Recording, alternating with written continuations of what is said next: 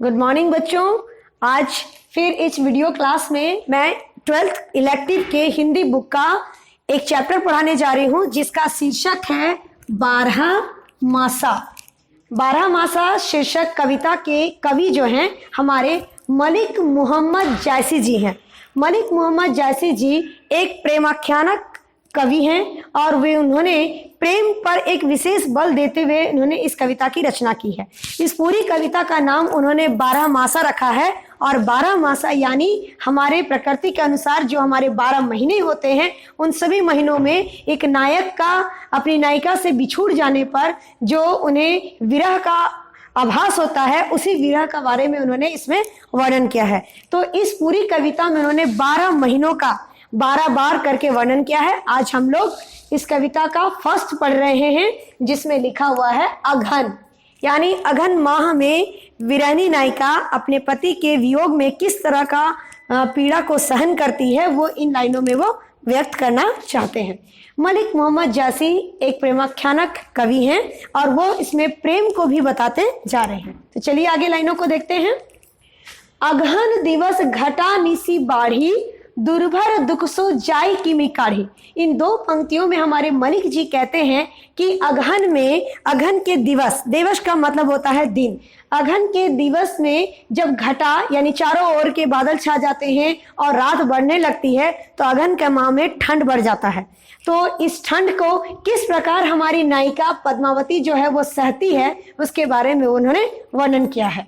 अब घनी दिवस विरह भा राती जय विरह ज्यों दीपक बाती। वो कहती हैं कि उनके पति किसी काम से बाहर चले गए हैं, उन्हें छोड़कर चले गए हैं, तो ऐसे घने ठंड के दिनों में वह विरह को कैसे सह सहकर अपना जीवन को व्यतीत करती हैं।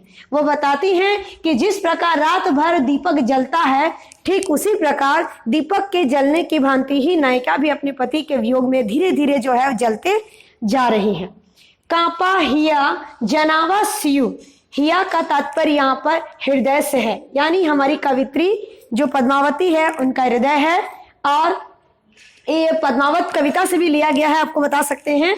और इसमें नागमती के वियोग का वर्णन किया गया है कि किस प्रकार राजा रत्नसेन पद्मावती से विवाह करने के लिए अपनी पत्नी नागमती को छोड़कर चले जाते हैं। तो नागमती अपने पति के वियोग में एक एक पल बिताती है। वो कहती हैं कि हिया यानी उनका हृदय अब कांप रहा है, ठंड से भी कांप रहा है, साथ साथ उनके पति के वियोग के कारण भी कांप रहा है, इसलिए वो जो है वो काफी पीड़ा में हैं। कहती हैं कि उनके लिए सारे रजाई, सियु, वस्त्र ये सब भी बहुत ज्यादा उन्हें पीड़ा दे रहे हैं। तौ पे जाई होई संग पियू, वो कहती हैं इस ठंड के मौसम में यदि उनके पिया आज उनके साथ होते तो शायद उन्हें इस दुख का सहन नहीं करना पड़ता। घर घर चीर रचा सब काहू, मोर रूप रंग ले गाना हो। कहती है कि सारे घर घर में जो है सभी के वस्त्र काफी सुंदर सजीले हैं, सब रंग बिरंगी महिलाएं तैयार होकर अपने पति का इंतजार करती हैं, उन वस्त्रों में वो बहुत सुंदर लगती है, परंतु घर में वो तरह तरह के वस्त्र भी पहन लेती हैं तब भी उनका रूप नहीं निखरता है। ऐसा इसलिए होता है कि कहती हैं वे मोर रूप रंग ले गाना हो। वो कहती हैं कि मेरा रूप, रंग और मेरे चेहरे की जो चमक है वो उनके पति अपने साथ लेके चले गए हैं, इसलिए तरह तरह के वस्त्र पहनने पर भी वो बिल्कुल आकर्षक नहीं लगती है और उन्हें अच्छा नहीं लगता है। पलटी ना बहुरा गा जो बिछाई, अबहू फिरे फिरे रंग सोई।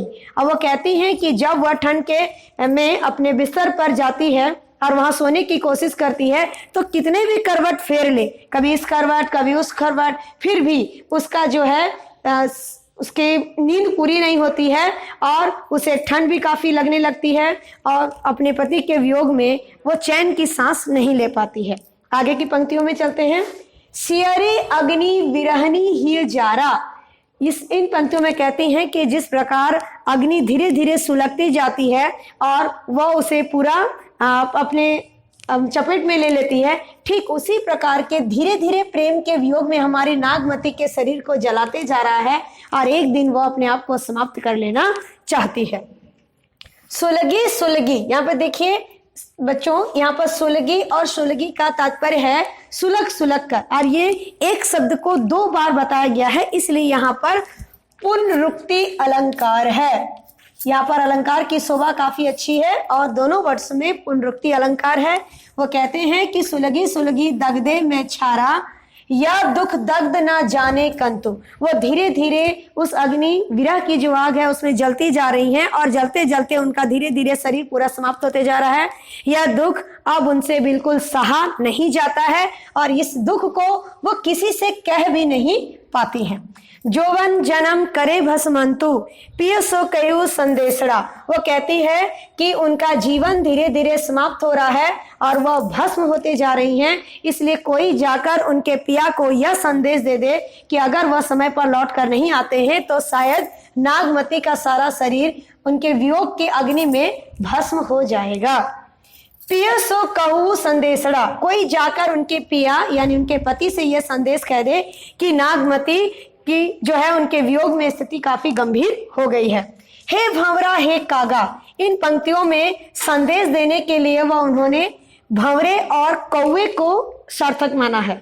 और वह भंवरा जिस तरह का काला होता है और कौवा भी जिस तरह का काला होता है, तो वो इन्हीं से अपना संदेश देते हुए कहती है कि मैं भी प्रेम और वियोग की अग्नि में इतना जल गई हूं कि अब बिल्कुल भंवरे और कौवे की तरह उनका रंग भी काला होता चला जा रहा है। और इसीलिए वो अपना संदेश भंवरे और कौवे के माध्यम से पहुंचाती है कि अगर आप लौट कर नहीं आएंगे तो मेरा रंग रूप भी बिल्कुल भंवरे और कौवे की तरह काला हो जाएगा।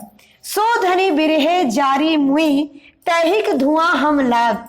और कहती हैं कि मेरे प्रेम के वियोग में जो अग्नि दहक रही है, उस अग्नि की दहक से जो धुआं हो रहा है, ये भंवरे और कौवे उसी से काले पड़ गए हैं। यानी अपने पूरे विरह का भावना वो इन्हीं भंवरों के माध्यम से और इन कौवों के माध्यम से रत्नसेन तक पहुंचाना चाहती हैं। और रत्नसेन को भंवरे बताते हैं कि नागमती के वियोग की अग्नि के धुएं के कारण ही हमारा रंग भी इतना काला पड़ता जा रहा है। इस प्रकार स्टूडेंट्स, ये मलिक मोहम्मद जैसी की 12 मासा में अघन माह का वर्णन है और इसके बाद नेक्स्ट डे मैं नेक्स्ट पोएम लेकर आऊंगी। Thank you.